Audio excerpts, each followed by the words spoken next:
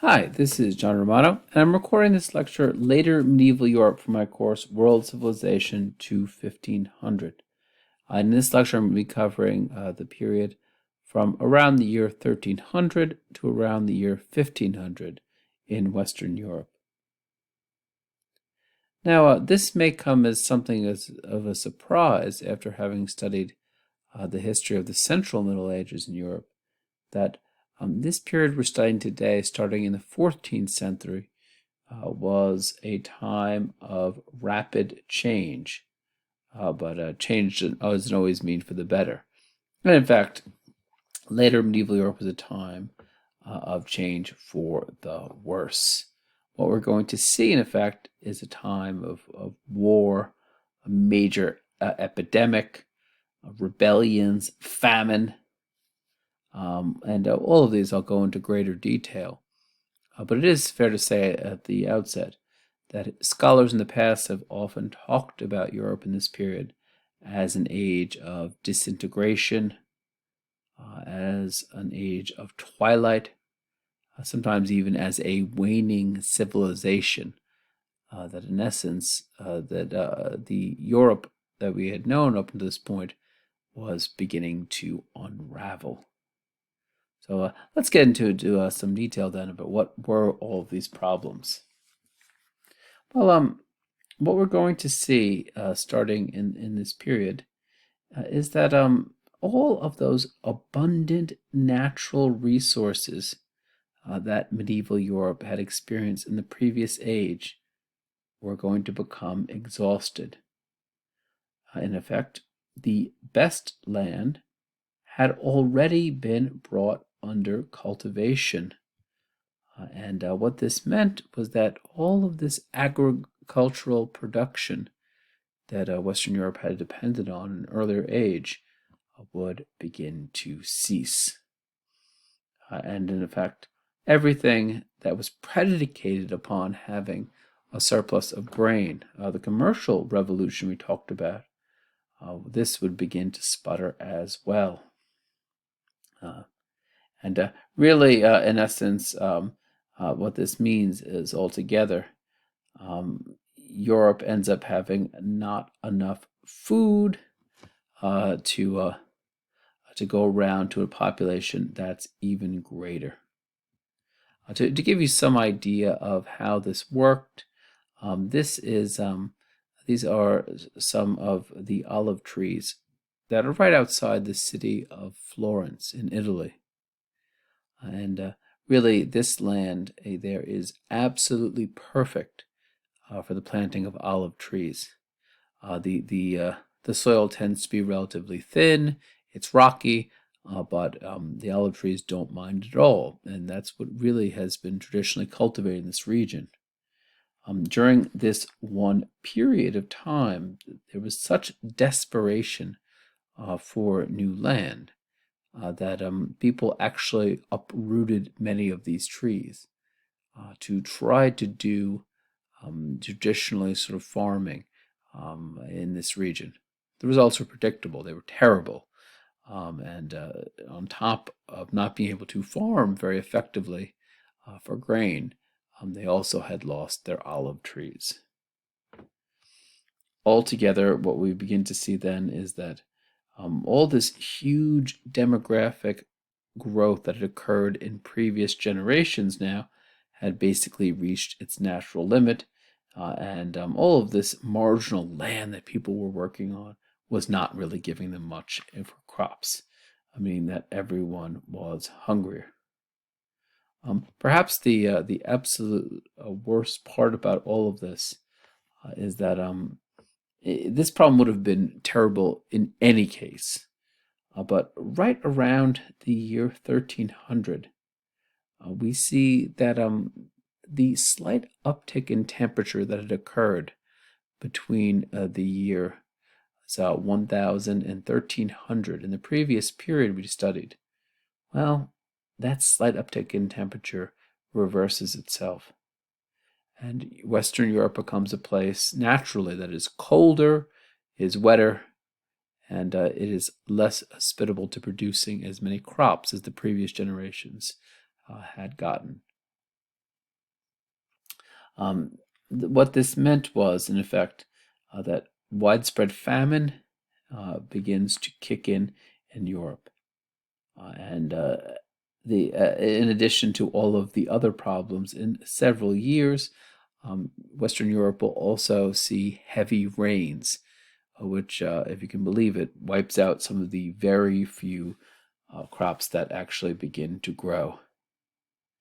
And in effect, what ends up happening then is many people start to die from starvation. And in fact, rumors begin to circulate that people in Western Europe were so desperate to have enough food to eat that some people even resort to cannibalism. Now, all of this may seem plenty bad to you already, but in fact, the situation gets worse. And the reason why the situation gets worse is because what we really see here is a population in Western Europe that was already weak because of widespread malnutrition.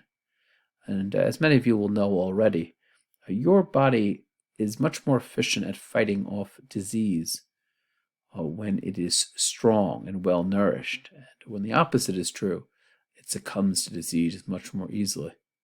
So, say, for instance, if a major disease should come along, Western Europeans were sitting ducks.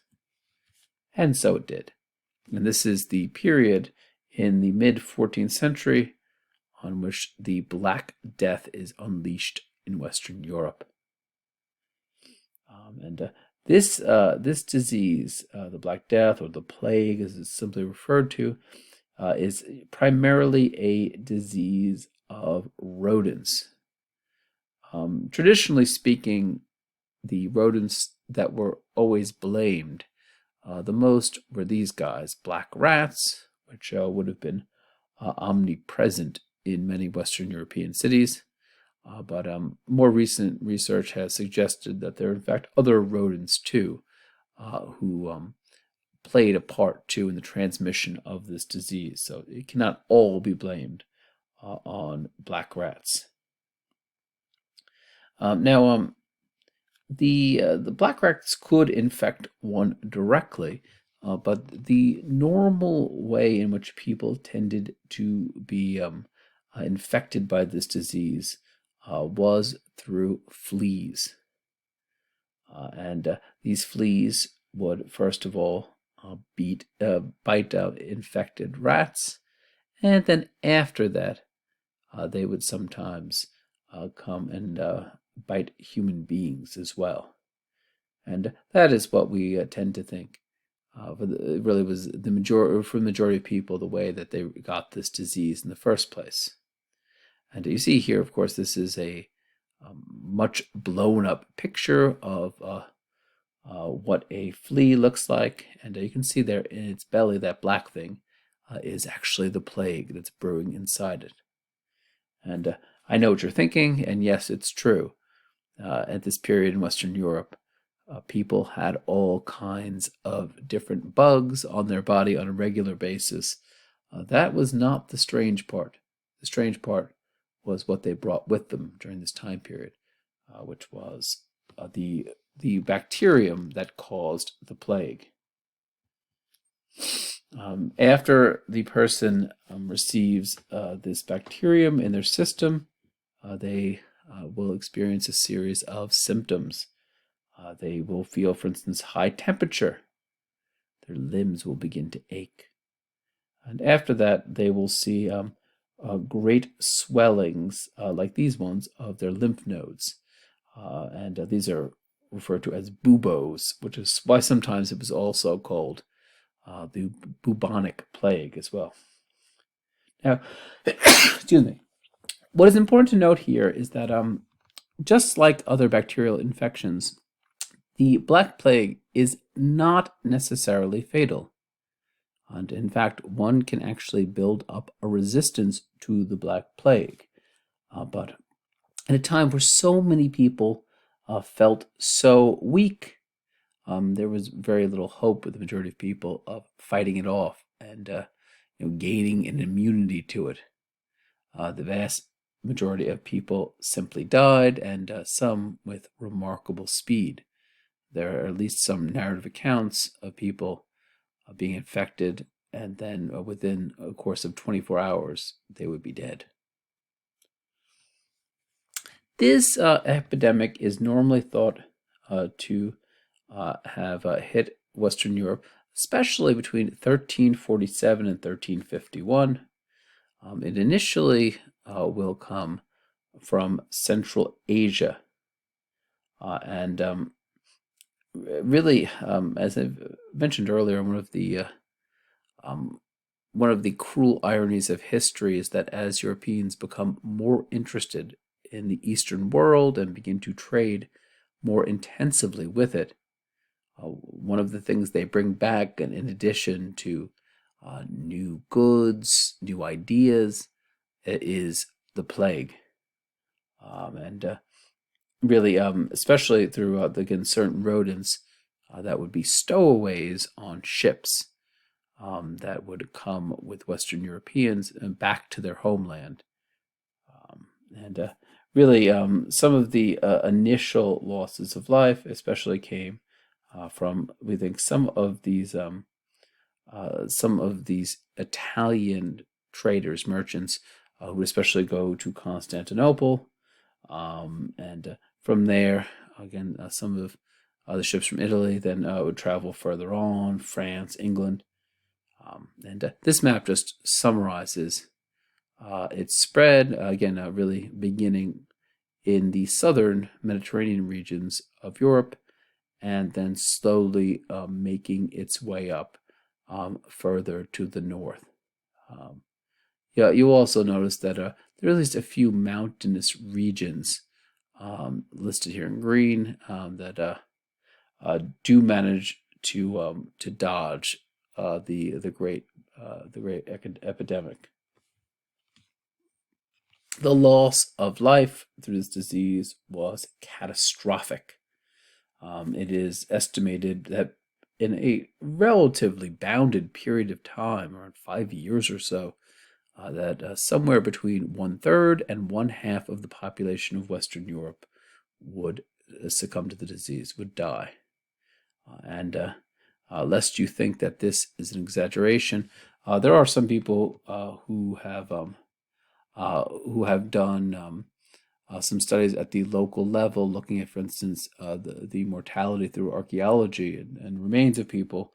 And we do think that this long-held estimate is probably close to the case. I mean, in some areas, essentially can wipe out entire cities.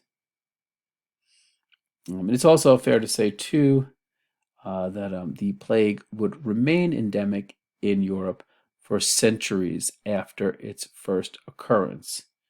In fact, it doesn't actually go away, although it never strikes at quite the same ferocity that it did in the mid-14th century. What you see in later times are local outbreaks that will lead to quarantines. Needless to say, no one at the time could have given you the response that this disease was caused by a bacterium. And it's seeing in the light of the ignorance of people at the true cause of this disease, there were all sorts of different reactions that people felt. This was a time where still people were overwhelmingly religious, and some people chose to turn to prayer. Some of them, in fact, quite zealous. One of the most famous groups that will emerge during this period are a group of people known as the Flagellants, who are pictured here. The Flagellants would walk around in large processions. The men would be bare-chested. They would take whips.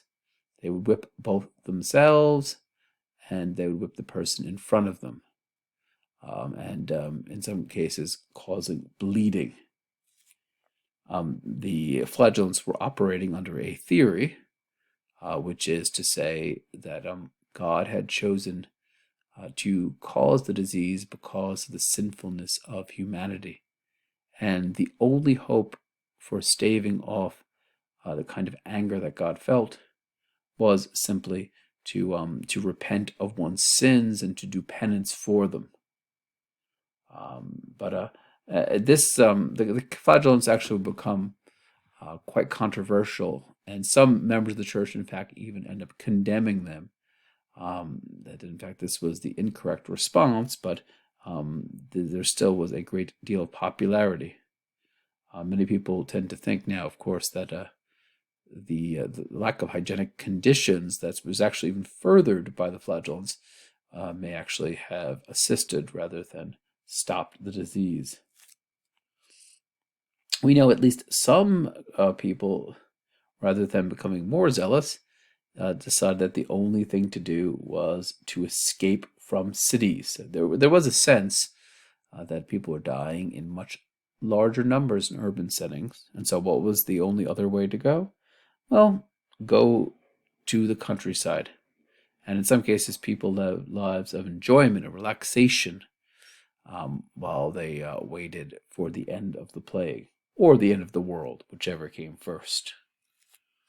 Nevertheless, there was a general panic and demoralization. And again, part of this does go back to the question that I've asked you before, that where does this all come from? I mean, was it indeed a punishment for sin from God? Was it instead somehow a work of the devil? Was the devil trying to, in some ways, test people? Or instead, a more earthly theory, was this a case of poisoning? In effect, this is going to lead to widespread suspicion among many Christians that this actually was something that the Jewish population of Europe had done. The official position of the church was that one ought to be tolerant towards the Jewish community, that Jewish people must be allowed to exist. You didn't have to make them happy, but they were supposed to be allowed to live, and they would be with Europe until the end of the world. Unfortunately for the Jewish population, there already was an animosity towards the Jewish population because they were associated with money lending, and also because the Jews, at least among some circles, were seen to be stubborn, that they didn't choose to convert to Christianity, which was seen at the time as a negative thing. This latest sort of wild rumor, though, that they had something to do with the Black Death, will lead to massacres in at least some German cities. Again, and really, one logically this time can recognize just how unfounded these claims are. I mean, it really didn't make much sense for Jews, for instance, to try to poison wells that they themselves used. But really, it may show you again just the kind of desperation, panic that had set in, that no one seems to make this logical connection. Altogether, we're going to see that much of medieval art in this late period is going to take an extremely dark turn.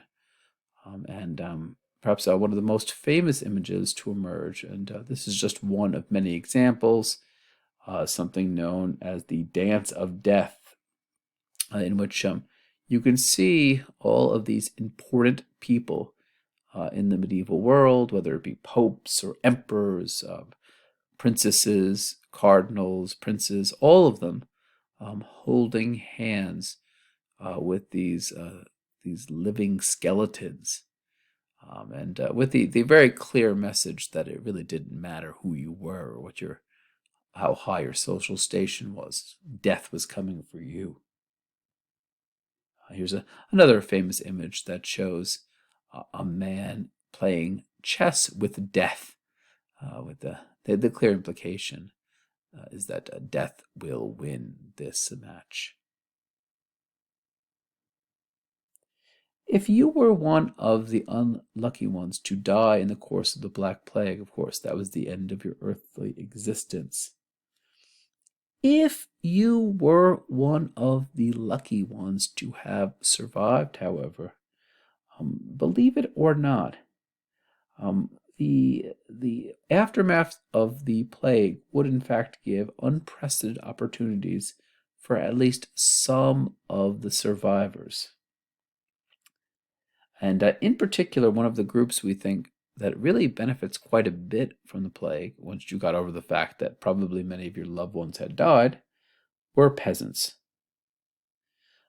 We had said that peasants, for a long period of time, really seemed to have very little choice but to accept the kind of harsh conditions that were given to them by nobles, and really to view them as just part of the nature of things.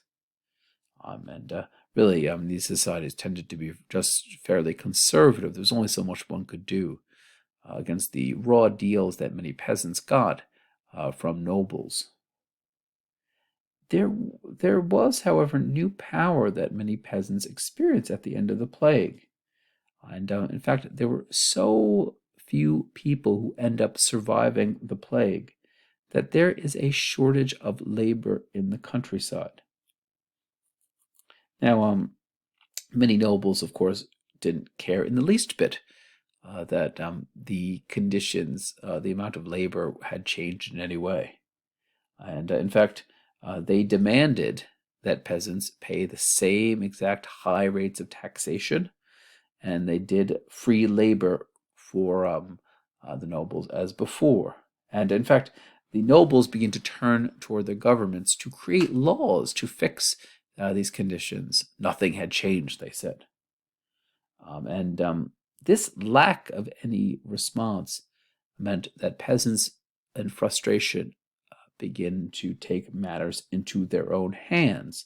And in many places, especially in England and France, peasants begin to rise in violent rebellions against the nobles. And mobs of peasants begin to attack nobles, stealing from nobles, in many cases taking items that they felt really rightfully were theirs. And some of the more peaceful ones, at least, pushing for better conditions. Now, these peasant revolts were not immediately successful, inasmuch as when they meet real armies of nobles, they are put down.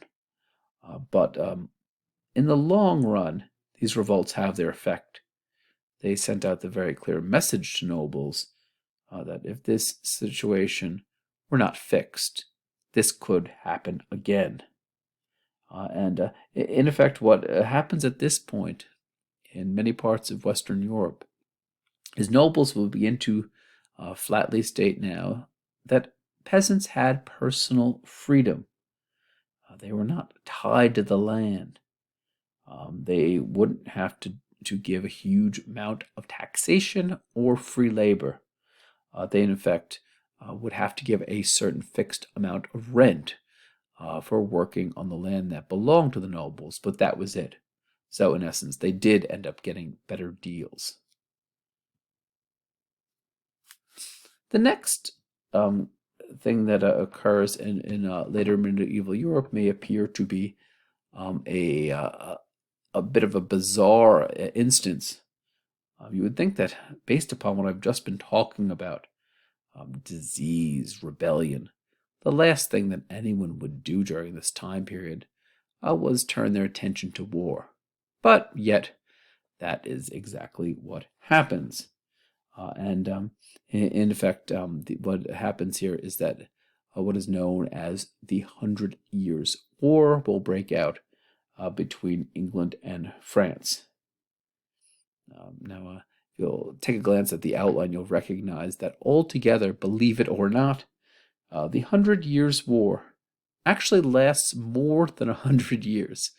But this is a little bit illusory, because this was not one total war in the way that we think of war. Really, it was a long series of campaigns that included many different truces. And on top of that, I should say that when it comes to medieval warfare, they would not fight during all the seasons of the year, for instance. And as a general rule of thumb, they tried not to involve non-combatants. With all of that being said, we do think the violence of medieval society begins to flare out in really this savagely destructive fashion during this war.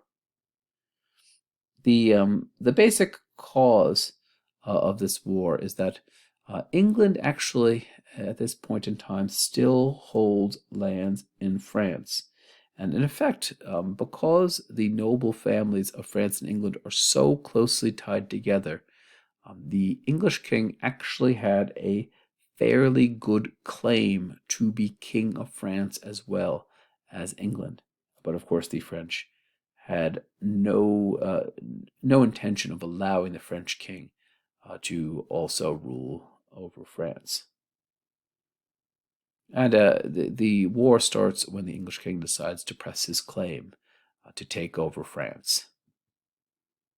The great secret weapon that the English had was this thing, known as a longbow. The longbow, as the name would imply, was long. It was around 6 feet long. It had very good range. It had very good striking power. And in fact, the striking power was such that an arrow shot from a longbow could actually go through chainmail.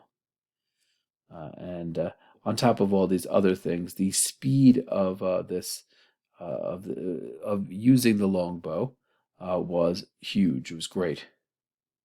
And one of the interesting things about the longbow is that you could actually train even people who were lower down on the social scale to shoot one of these.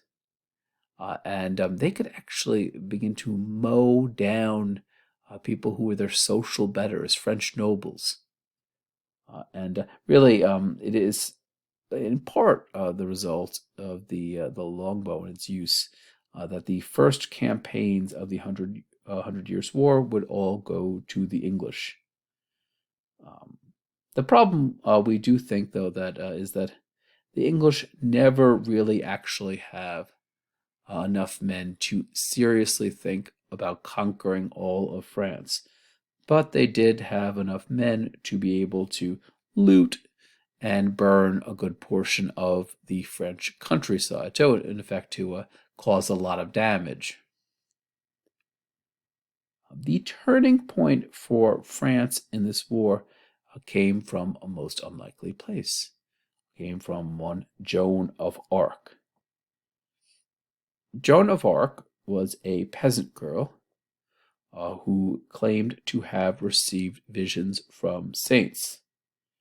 And these saints told her that she was meant to help to raise the siege at a southern French city, and also to make sure that the claimant to the French crown received his crown at the traditional cathedral in the French city of Rome. Now, we think initially the French viewed Joan with a great deal of suspicion of who was this peasant girl. But perhaps not having really all that many other options at this point, Joan is actually given armies to command, and she quickly gains the trust of French soldiers. And perhaps even more than just any sort of tactical contribution to this war, what Joan really gave to French soldiers was once again morale, confidence that perhaps God was on their side. And she does, in fact, fulfill what she intended to do, again, especially taking the French city of Orleans, and she leads several other campaigns against the English. On a later campaign, however, Joan ends up actually being captured and eventually turned over to the Inquisition. There's this. It's very clear to everyone that Joan feels that she is receiving visions, but the question, of course, came up: where are these visions coming from? Is it definitely from God? At one point, Joan appeared, perhaps out of fear of her life, to renounce these visions, but then she chose once again to claim that they were valid. And for this reason, she is found guilty of being a relapsed heretic, and Joan is burnt at the stake. And the French king, perhaps thinking that Joan had done just as much service as she possibly could for him, he did nothing to save her. In spite of Joan's death under these terrible circumstances, however, the tide would be turned in the war, and eventually France would essentially manage to push the English out of France entirely. Yet another of the crises that is experienced in Western Europe in later medieval period is an ecclesiastical breakdown. Now, this may appear to come as a surprise to you as well. I just finished telling you in the last lecture that the papacy's power in the Central Middle Ages had really soared to new heights, both as a religious leader, a moral leader, but then also as a political leader as well. What the papacy did not figure on, though, is that as kings in Western Europe become stronger, some of them resent the power that the church has, and again, the Pope as its head, and they begin to try to maneuver against the Pope. That is especially true of the man whose coin I'm showing you here, Philip IV of France, sometimes referred to as Philip the Fair, because he was good looking, not because he was just. We think Philip, also shown here, was determined to really raise the secular state over the church. And so he did things that no king was allowed to do. He taxed the clergy without the permission of the Pope. And in fact, he also cut off the charitable funds that were supposed to go to the Pope. He also did further provocative things, like, for instance, in France, removing any bishops whom he didn't like. The Pope at this point protested, and then Philip IV again decided to do something unprecedented. He ends up actually accusing the Pope of heresy, and then actually having his army march down to Rome and temporarily beat up and humiliate the old Pope, and really very soon after that, this Pope, who was relatively elderly when this happened, would simply die. It was at this point that Philip IV decided that he needed a more permanent solution to the difficulties that the papacy had been causing him. And this is what leads to what is known as the Avignon papacy.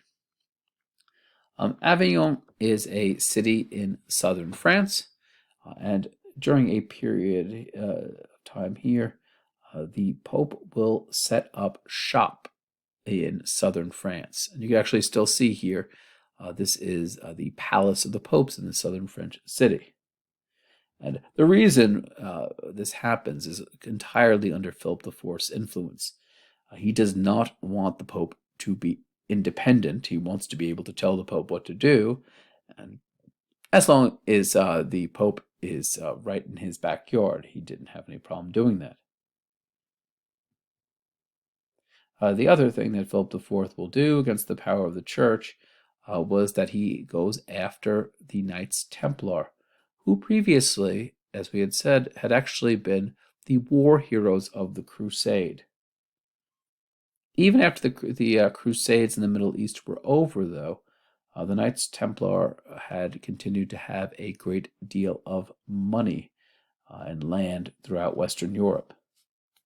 And Philip IV, who was greedy of their wealth, decided that he begins to create a pretext. He begins to create false charges against the knights to strip them of their property. He says they had abandoned their old rule. The Knights Templar are a bunch of heretics now. They had to deny Christ and perform obscene rites to become these knights. And then after he made these charges, the Templars were all arrested. The houses of their order were searched, and lo and behold, he found exactly what he wanted to find, which supposedly really proved their guilt. And he had them tortured. They confessed to whatever he wanted, and the Knights Templar were burnt as heretics, and their property was stolen. Something very similar happens in England, but it's a little more humane, inasmuch as the Knights Templar there were not actually eventually executed. They simply had all of their property stolen instead. The Avignon papacy was always a huge problem, and in fact, many reformers within the church put a lot of pressure on these French popes to return to the city in Rome. And finally, in the year 1377, this came to be. Initially, this, of course, was well received by the Roman populace. But unfortunately, in the year after that, in 1378, the Pope would return to the city of Rome from Avignon, would promptly die, which led to yet another crisis.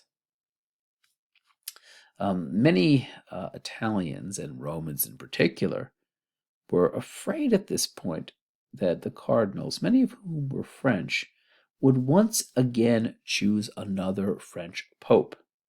And that French pope, of course, could easily return to Avignon.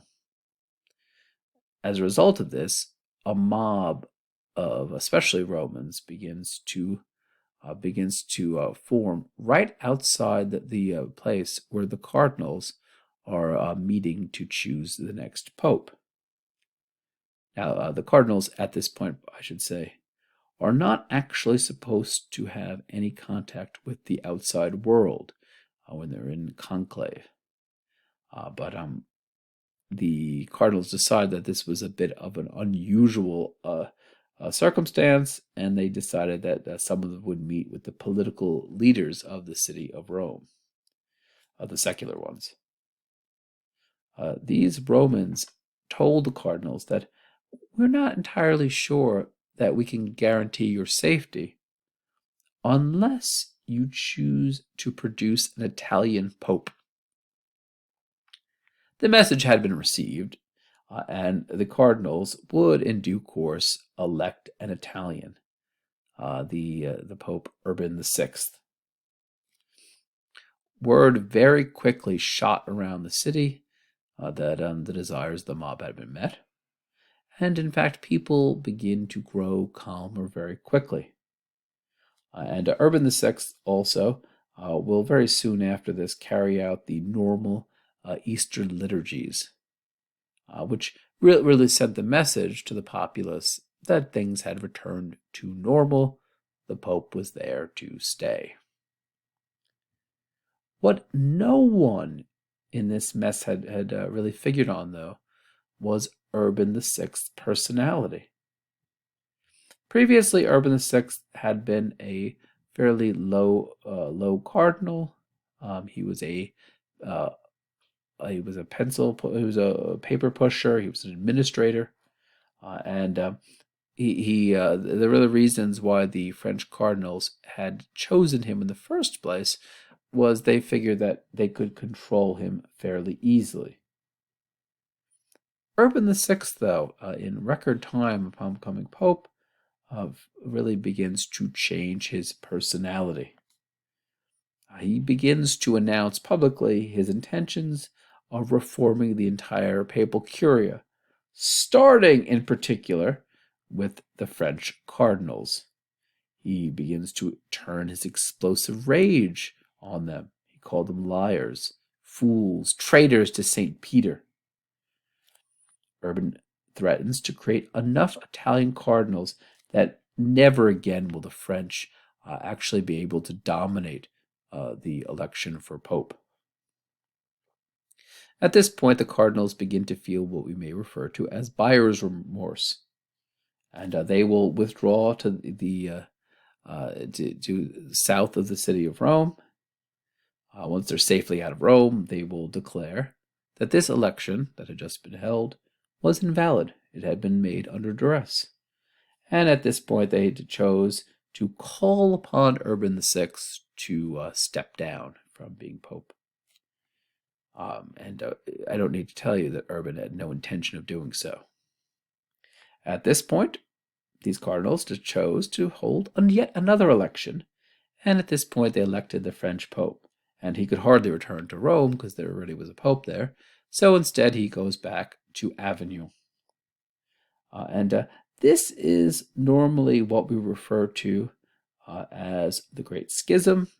This is usually the same term is used as with the Great Schism between the Eastern Orthodox Church and the Roman Catholic Church. But this one specifically, this schism refers to the period in which there are different men claiming to be Pope at the same time.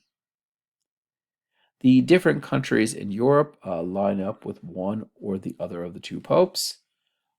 Both France and the allies of France chose to line up behind the French Pope.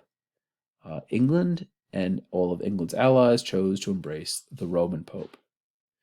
But for a period of nearly 40 years, there end up being two lines of popes simultaneously. And no one really knew who the real pope was. And you can imagine what kind of great confusion this caused everyone. Basic questions about, for instance, what happens if the two popes make different moral judgments? Where did you send your charitable papal money? What happens if the different popes chose to appoint a different man as bishop in the city? No one really knew the answer, and there was no easy solution because neither pope had any intention of resigning. The only obvious solution to this was to call a general council, but the only person who was actually allowed to call a general council was the Pope, and neither of these popes was going to call a general council that would actually put him out of office. Eventually, two different general councils would be called, even against the normal rules.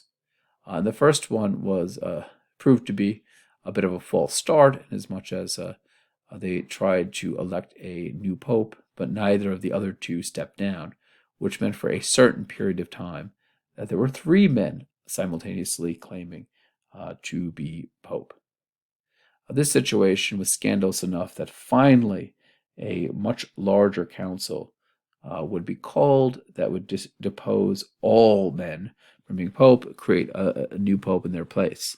But you can really understand just how much disillusionment there was with the papacy, and why many people felt that it could not be trusted, given what had happened in this period of time.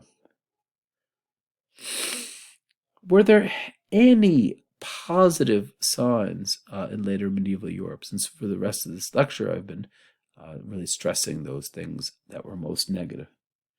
Well, the answer to that question is yes, and it comes in the form of what we know as the Italian Renaissance. The Renaissance is a term actually from French, which means rebirth, and it usually refers to the between the 14th and 16th century in Italy, where we see this sort of huge wave of intellectual, artistic, and cultural achievements all coming about at once.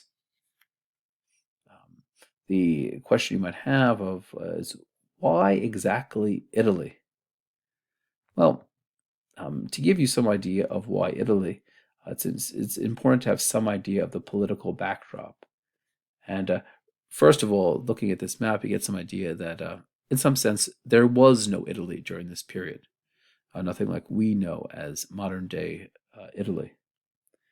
Instead, as you see here, is you get this series of individual city-states, all of which had different governments, all of which, however, were constantly in competition with one another. And one of the ways in which they carry out this kind of competition is on an artistic level.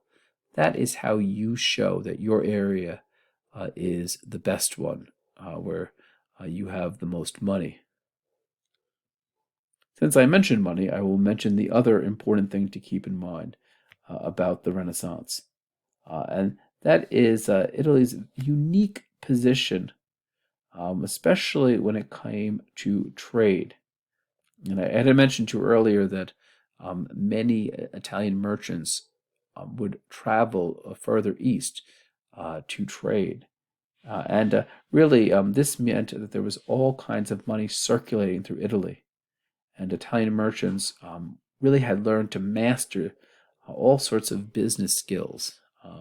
How, for instance, to do bookkeeping, how to scout out new markets, how to secure monopolies.